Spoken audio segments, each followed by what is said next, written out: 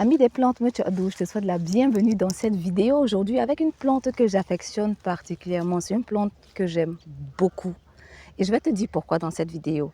Mais c'est une plante que tu rencontres déjà, tu la rencontres tous les jours. Dans tous les cas, je ne te parle que des plantes qui t'entourent, des plantes que tu côtoies tous les jours sans le savoir. Alors amis des plantes, ouvre l'œil pour ne pas rater toutes ces pépites qui poussent autour de toi, surtout que avec l'urbanisation galopante, ces plantes-là disparaissent. Adasusu en fait partie. Pourtant, c'est une grande plante médicinale, une plante des enfants surtout. Alors, reste jusqu'à la fin de la vidéo, je vais te dire pourquoi. Alors, Adasusu, c'est une plante qu'on va retrouver en Afrique de l'Ouest, dans tous les pays quasiment, et en Afrique centrale aussi. En langue malinké, on l'appelle Dabada. Adasusu, c'est son nom en langue Fombe du Bénin. Et son nom scientifique, c'est Valteria indica. Cette plante est une plante de la douceur. Elle est très très douce. Quand tu touches les feuilles, on dirait du papier toilette. Et d'ailleurs, il peut être utilisé comme papier végétal dans la nature. Oui, enfin, ça c'est une parenthèse. Elle appartient à une famille dans laquelle on va retrouver d'ailleurs beaucoup de plantes de la douceur. Le baobab par exemple, la mauve que tu connais déjà, la guimauve. Elle appartient donc à la famille des malvacées.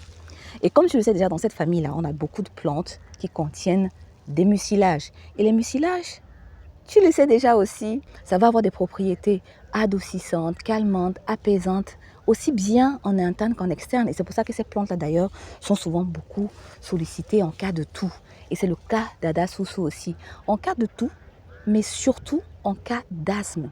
Dans la médecine africaine burkinabé, par exemple, dans la pharmacopée du Burkina, Adasusu est très utilisé et connu des praticiens pour soigner l'asthme. À tel point que les scientifiques ont fait des recherches dessus pour essayer de comprendre le pourquoi du comment. Et les études et analyses qu'ils ont fait ont confirmé cette propriété-là. Donc, Adasusu est une plante anti-asthmatique. Tu peux d'ailleurs l'associer à Euphorbia hirta, le forbéricé, dont je t'ai déjà parlé ici sur la chaîne. Tu peux préparer un remède pour l'asthme, une tisane ou une légère décoction pour l'asthme. Tu peux donc associer Euphorbia hirta à Adasusu ou Adasusu tout seul. Dans certains pays, on va utiliser toute la partie aérienne de la plante, à savoir les tiges, les feuilles, les fleurs. Dans d'autres, ce sont les racines. Voilà, c'est les parties vraiment de la plante qui sont sollicitées en médecine traditionnelle. Mais ce pourquoi je veux te parler d'Adasusu aujourd'hui, c'est vraiment un usage qui n'est pas mis en avant chez nous. Et c'est bien dommage.